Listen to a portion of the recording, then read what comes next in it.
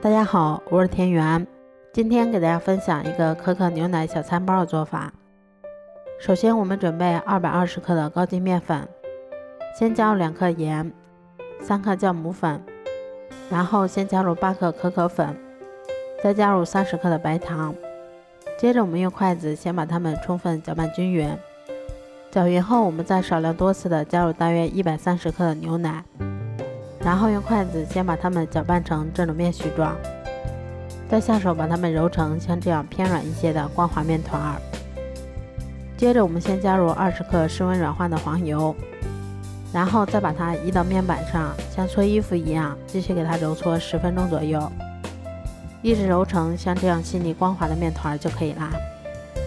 揉好后再给它盖上保鲜膜，让它常温醒发至原来的2倍大。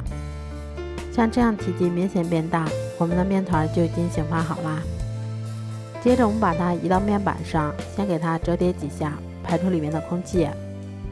然后再用手先把它搓成长条，再用刀把它们切成大小均匀的小剂子。